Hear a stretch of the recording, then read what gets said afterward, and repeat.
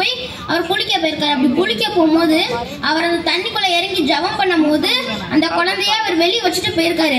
அப்ப அந்த குழந்தை அழுதுச்சான். எப்படி அழுதுச்சான்? அந்த கிணத்த அந்த தெப்ப குளத்தை பார்த்து அழுலையா. அது அந்த கோபுரம் வாசல்ல அந்த கோபுரத்துல இருக்கிற சிவனும் பார்வதியும் நந்தி மேல உட்காந்துருக்க மாதிரி ஒரு பிக்சரை பார்த்து அழுதுச்சான்.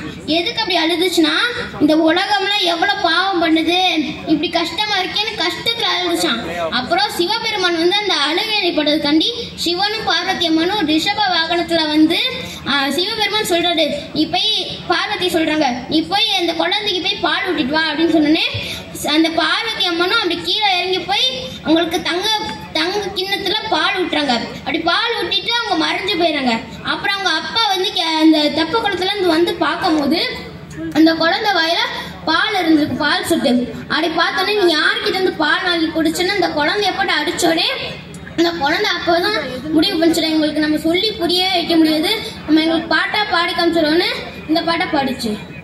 சொற்று தோடுடைய செவியன் தோடுடைய செவியன் விடையேறி ஓர் தூவன் மதிசூடி காடுடைய சுடலை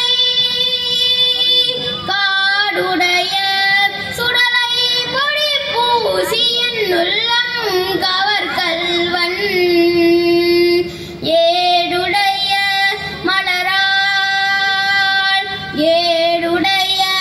மலரால் உனை நான் பணிந்தேத்த அருள் செய்த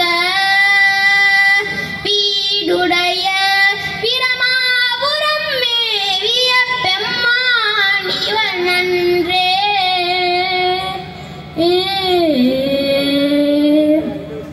இந்த பாடல ஞானசம்பந்தன் வந்து அவரோட 3 வயசுல பாடலை பாடினோடனே அவங்க அப்பா அப்படி திகச்சு போய் இவன் வந்து ஒரு சிவனோட பிள்ளை அப்படின்னு புரிஞ்சுக்கிட்டாரு.